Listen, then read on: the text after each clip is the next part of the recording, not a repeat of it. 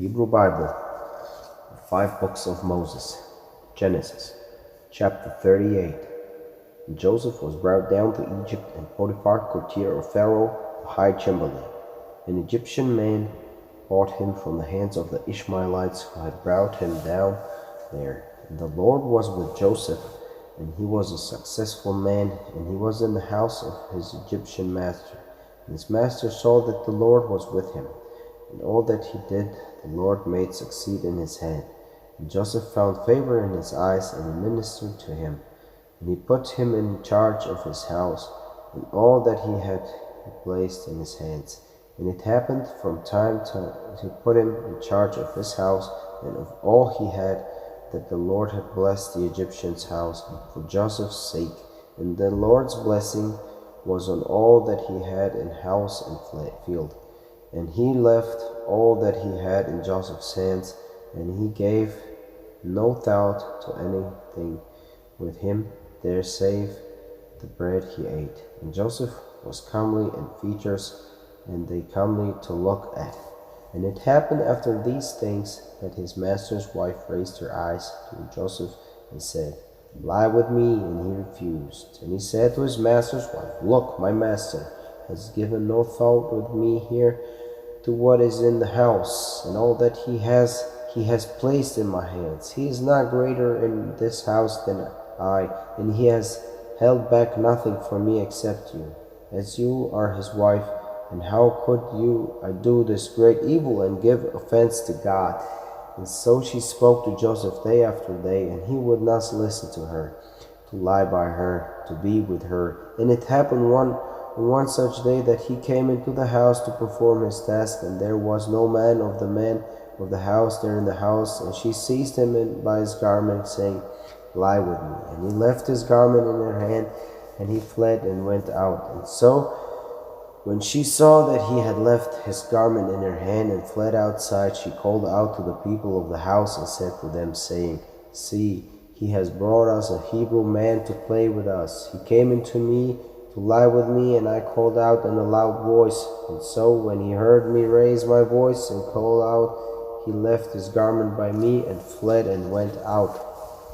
And she laid out his garment by her until his master returned to his house. And she spoke to him things of this sort, saying, "A Hebrew slave came into me, whom you brought us to play with me. And so when I raised my voice and called out, he left his garment by me and fled outside." And it happened when his master heard his wife's words which she spoke to him, saying, "Things of this sort your slave has done to me," he became incensed.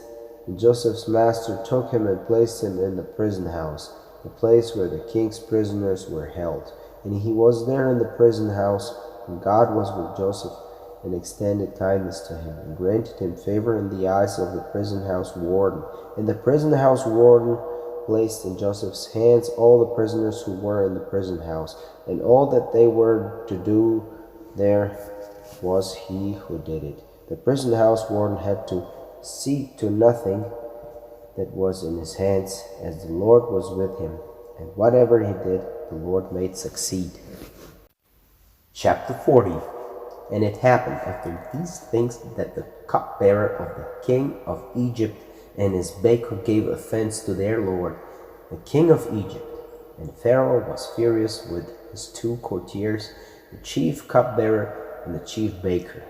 And he put them under guard in the house of the high chamberlain, the prison house, the place where Joseph was held. And the high chamberlain assigned Joseph to them, and he ministered to them. And they stayed a good while under guard. And the 2 of them dreamed a dream, each of his own dream, on a single night, each a dream with its own solution, the cupbearer and the baker, to the king of Egypt, who were held in the prison house. And Joseph came to them in the morning and saw them, and look, they were frowning.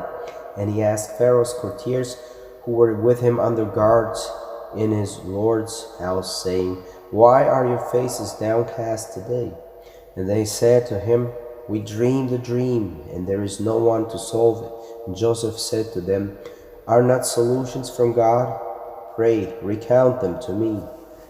And the chief cupbearer recounted his dream to Joseph and said to him, In my dream, and look, a vine was before me, and on the vine were 3 tendrils, and as it was building, its blossom shut up, its clusters ripened to grapes, and Pharaoh's cup was in my hand. And I took the grapes and crushed them into Pharaoh's cup, and I placed the cup in Pharaoh's palm. And Joseph said, This is its solution. The 3 tendrils are 3 days. 3 days hence Pharaoh will lift up your head and restore you to your place. And you will put Pharaoh's cup in his hand, as you used to do when you were his cupbearer. But if you remember, I was with you once. It goes well for you. Do me the kindness, pray, to mention me to Pharaoh and bring me out of his house, this house. For indeed I was stolen from the land of the Hebrews, and here too I have done nothing that I should have been put in the pit. And the chief baker saw that he had solved well, and he said to Joseph, I too in my dream, and look, there were 3 open work baskets on my head, and in the topmost were all sorts of food for Pharaoh, baker's ware, and birds were eating from the basket over my head. And Joseph answered and said, This is its solution. The 3 baskets are 3 days. 3 days, hence Pharaoh will lift up your head from upon you and impale you on a pole, and the birds will eat your flesh from upon you. And it happened on the 3rd day, Pharaoh's birthday, that he made a feast for all his servants, and he lifted up the head of the chief cupbearer and the head of the chief baker in the midst of his servants. And he restored the chief cupbearer to his cupbearing, and he put the cup in Pharaoh's hand. And the chief baker he impaled, just as Joseph had solved it for them. But the chief cupbearer did not remember Joseph. No, he forgot him. Chapter 41.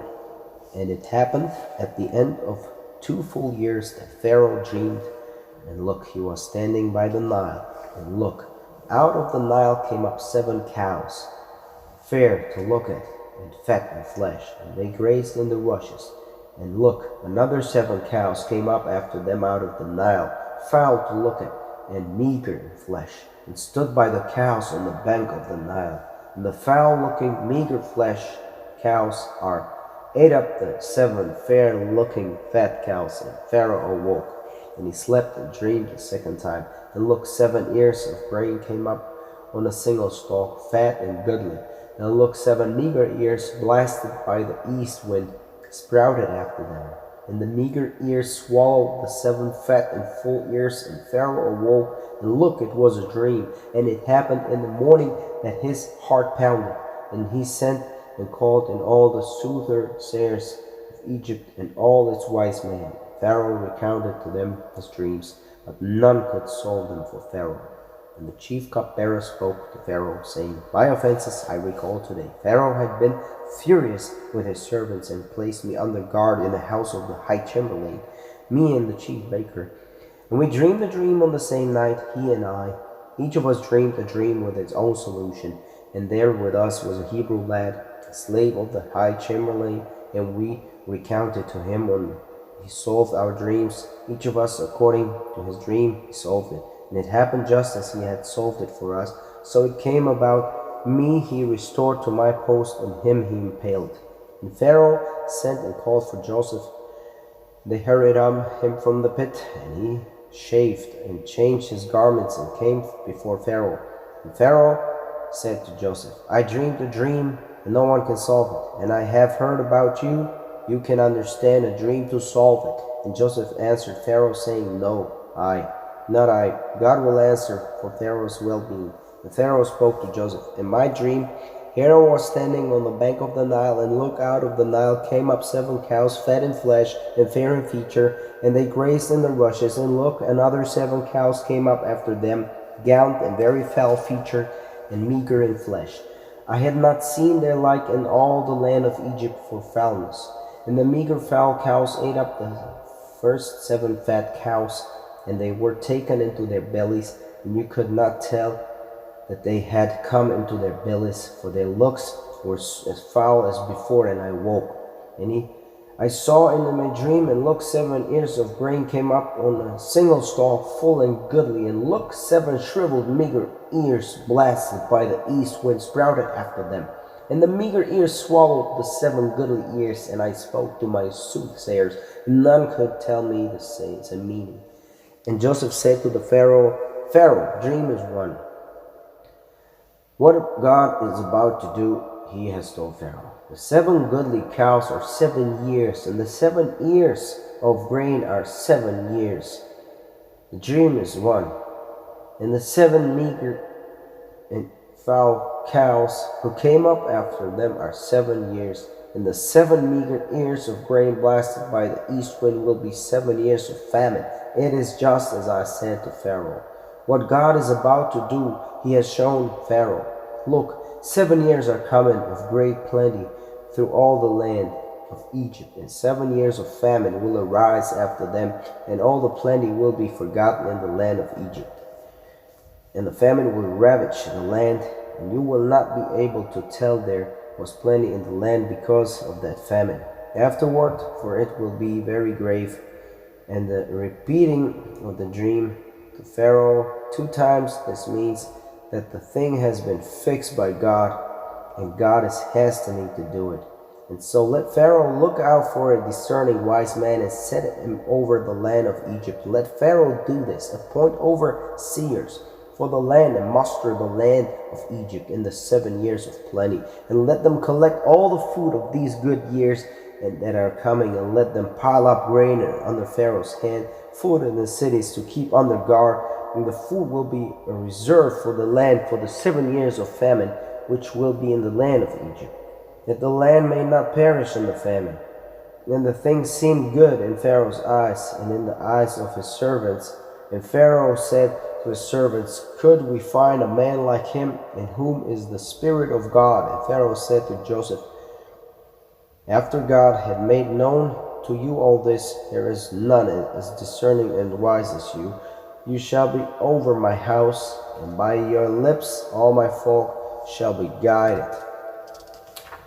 By the throne alone shall I be greater than you. And Pharaoh said to Joseph, See, I've set you over all the land of Egypt. And Pharaoh took off his ring from his hand and put it on Joseph's hand, and had him clothed in fine linen clothes, and placed the golden collar around his neck. And he had him ride in the chariot of his viceroy, and they called out before him, Abed, setting him over all the land of Egypt. And Pharaoh said to Joseph, I am Pharaoh. Without you no man shall rise, hand or foot in all the land of Egypt. And Pharaoh called Joseph's name Zaphenath Paneah, and he gave him Asenath, daughter of Potiphera, prized of On, as wife. And Joseph went out over the land of Egypt. And Joseph was 30 years old when he stood before Pharaoh, king of Egypt. And Joseph went out from Pharaoh's presence and passed through all the land of Egypt. And the land in the 7 years of plenty made gatherings.